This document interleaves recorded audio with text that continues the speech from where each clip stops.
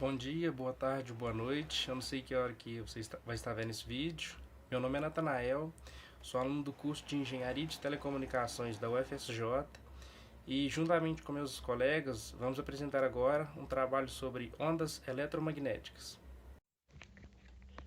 Hoje em dia, a maioria dos sistemas de comunicação que a gente conhece, rádio, TV, celular, os computadores, eles usam as ondas eletromagnéticas.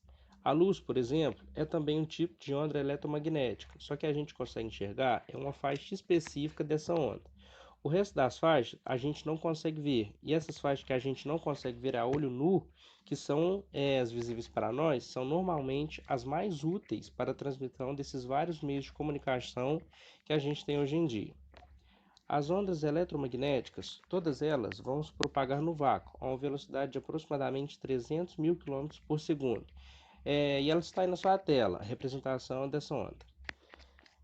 Ela é formada por campos elétricos e campos magnéticos.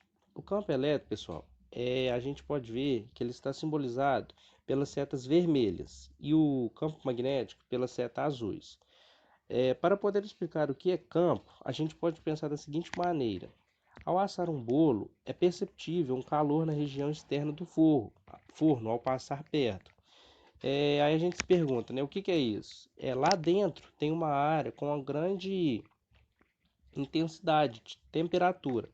E essa temperatura vai modificar o que tem ali em volta, né, na zona de formadora de temperatura externa. Toda essa área em volta seria um campo que eu tenho de calor, campo de energia.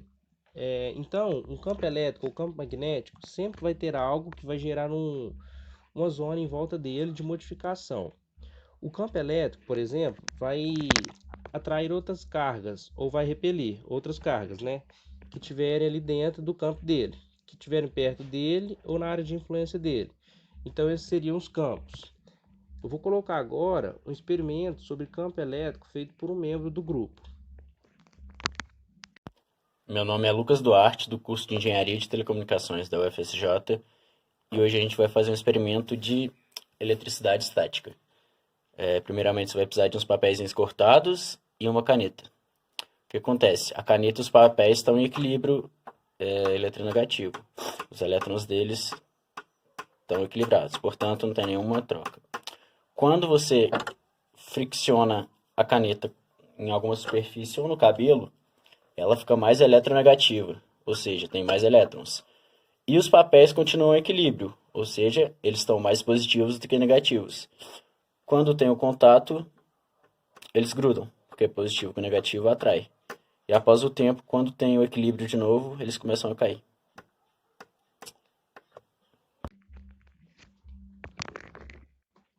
Bom, é importante a gente falar também que essas ondas eletromagnéticas ou qualquer tipo de onda, ela sempre vai ter a crista, que é a parte de cima da onda, e o vale, que é a parte de baixo da onda. Quando eu vou de crista até crista, ou seja, minha onda começa a repetir, aí eu tenho um comprimento de onda. De acordo com esse comprimento de onda, é que eu vou entender que tipo de onda eletromagnética que eu estou trabalhando. Ou também de acordo com a frequência, se quiser trabalhar assim.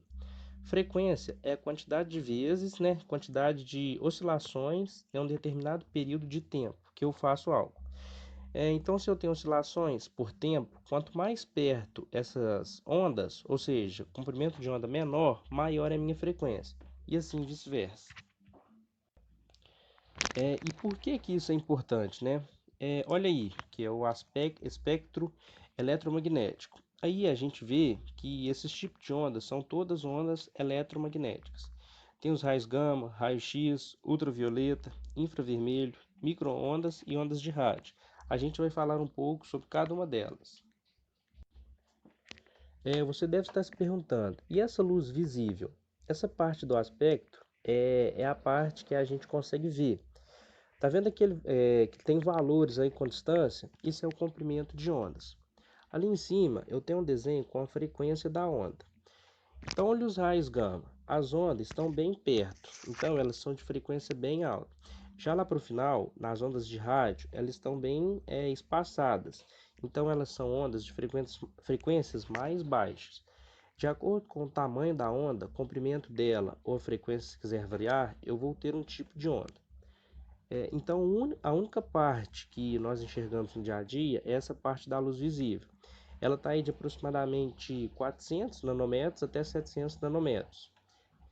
Olha só, quando a onda é desse comprimento, é que a gente vai enxergar. Se ela for um comprimento um pouco menor, a gente vai ver um lilás, de 400 nanômetros mais ou menos. Se a onda for de 600 nanômetros, a gente vai ver um amarelo com um tom meio alaranjado. De 700 nanômetros, já vamos ver um meio vermelhado. E se for maior ou menor que essa faixa, aí, né, uma pergunta bem comum, a gente já não enxerga. São as ondas não visíveis. A gente vai entrar no infravermelho, micro-ondas, por aí vai.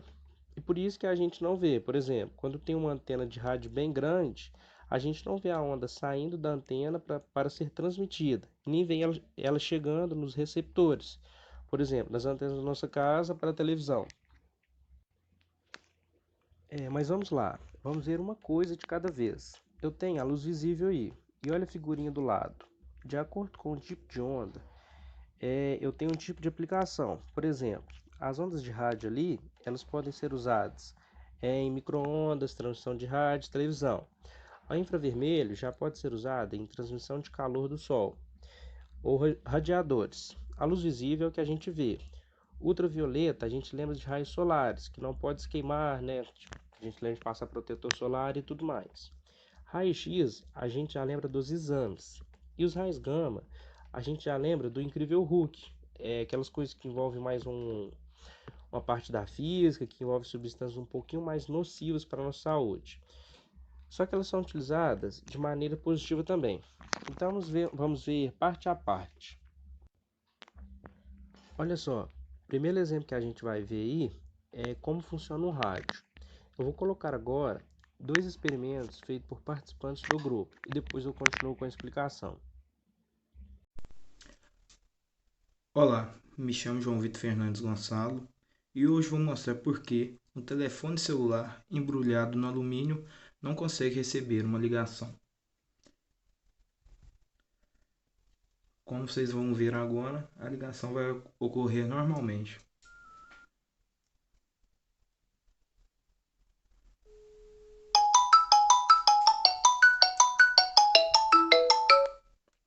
Agora vamos ver o que acontece com o celular embrulhado no alumínio.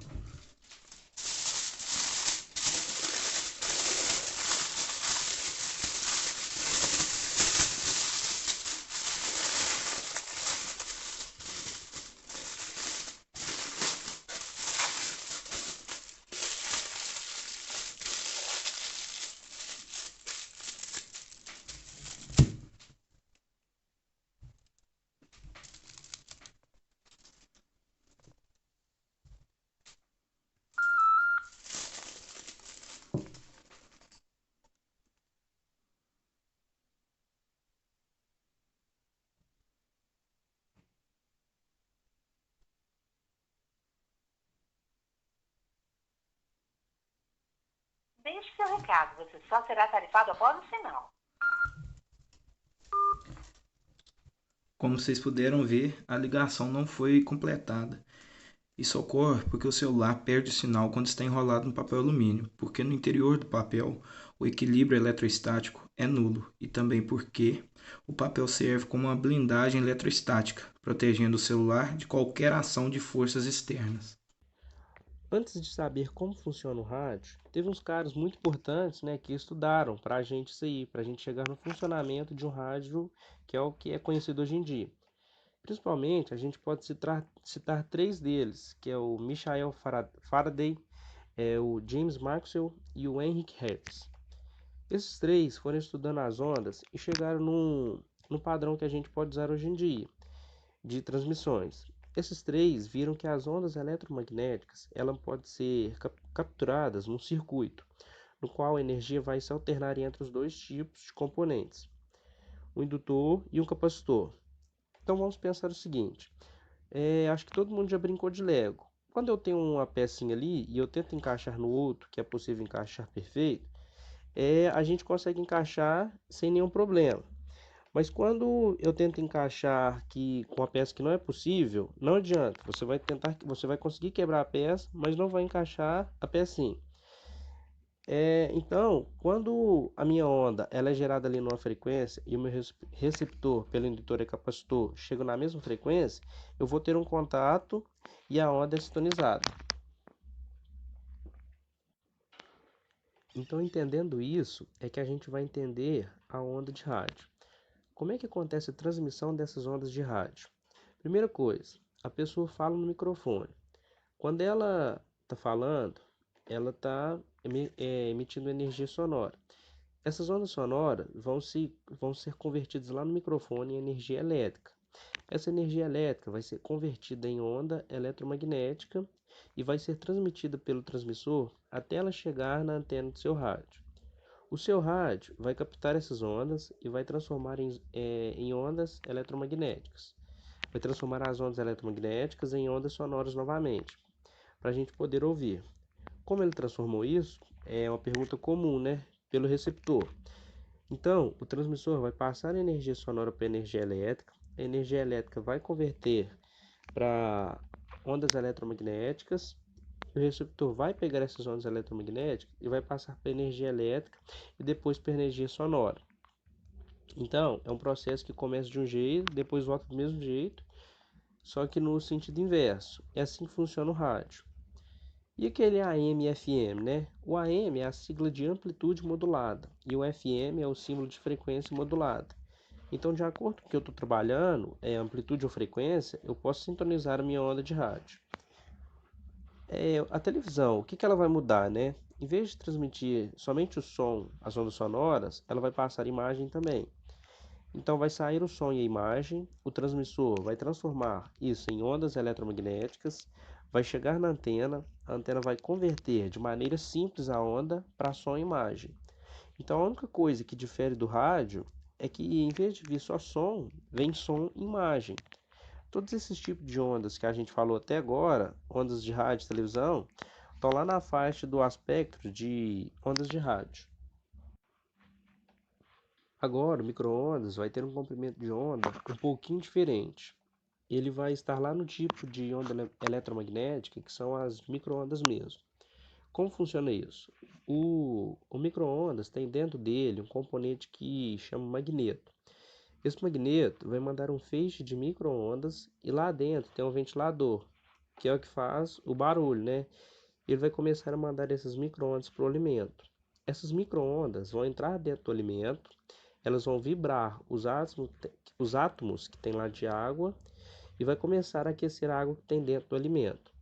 Então, o que o micro-ondas vai fazer, né? Na verdade, ele vai aquecer a água que tem dentro do alimento, e essa água vai aquecer todo o resto, né, do alimento. Pessoal, os celulares e os computadores, eles vão ter uma transmissão bem parecida com a transmissão que a gente viu lá de rádio.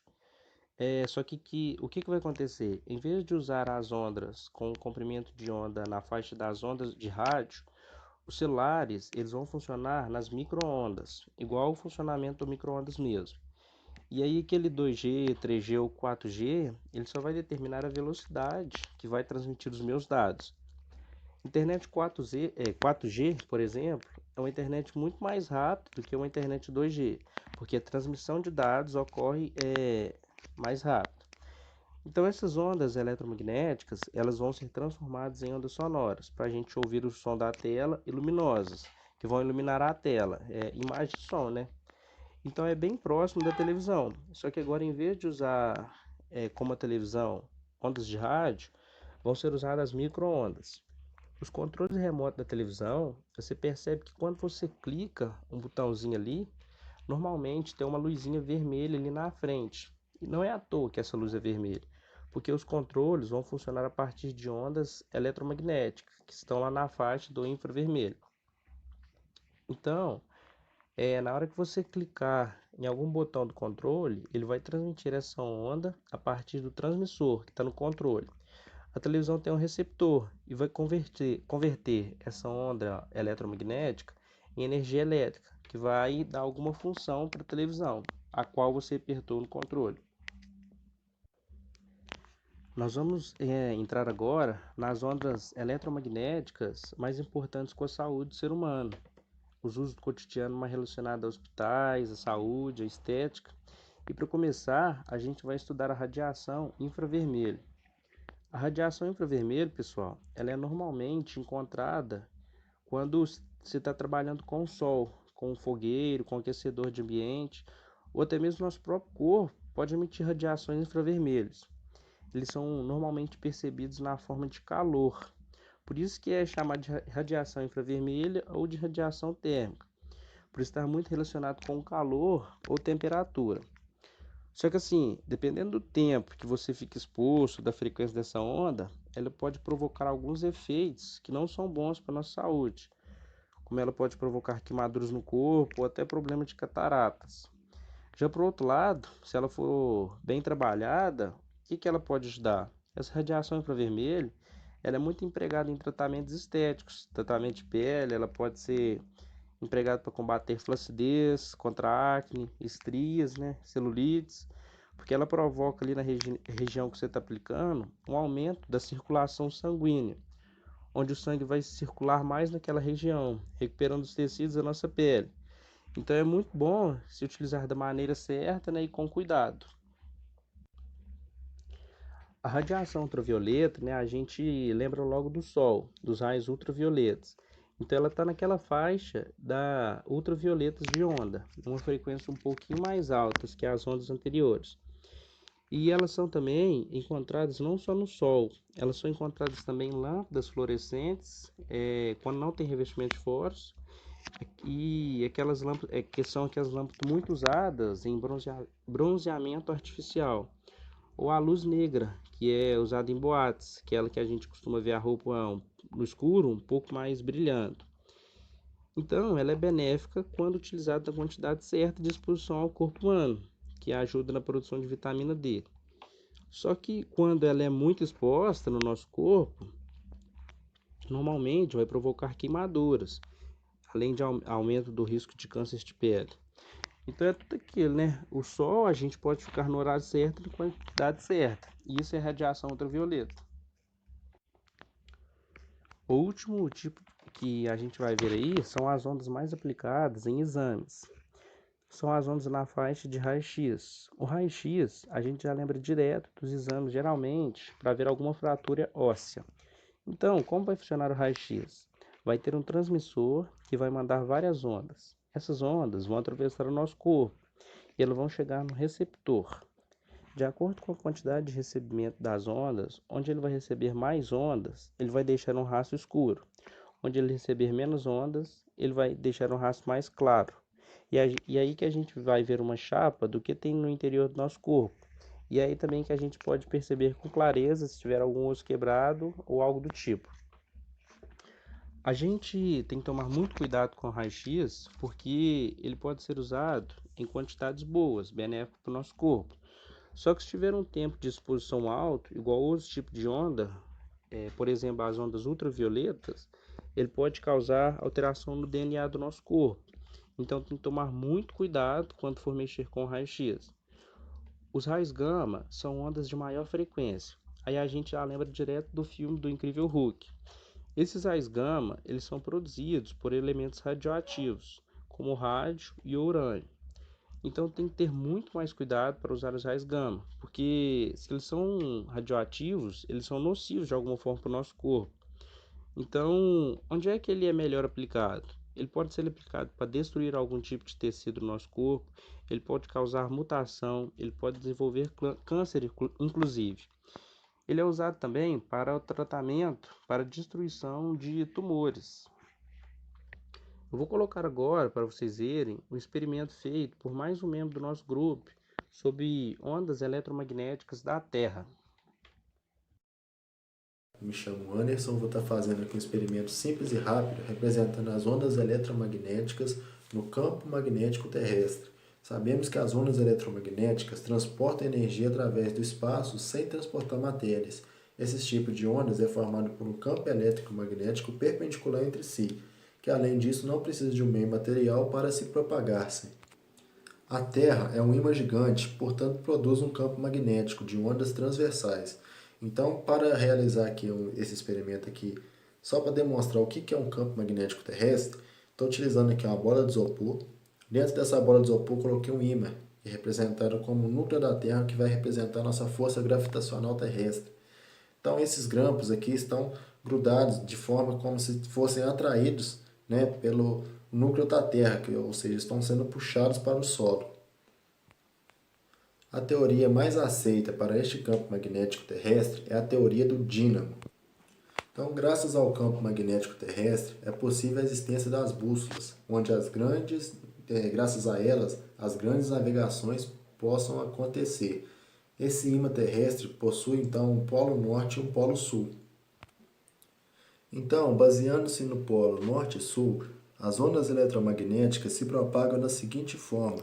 Então, partindo-se do polo sul magnético, que é representado pelo polo norte geográfico, até o polo sul, polo norte magnético, que é onde representa o polo sul geográfico.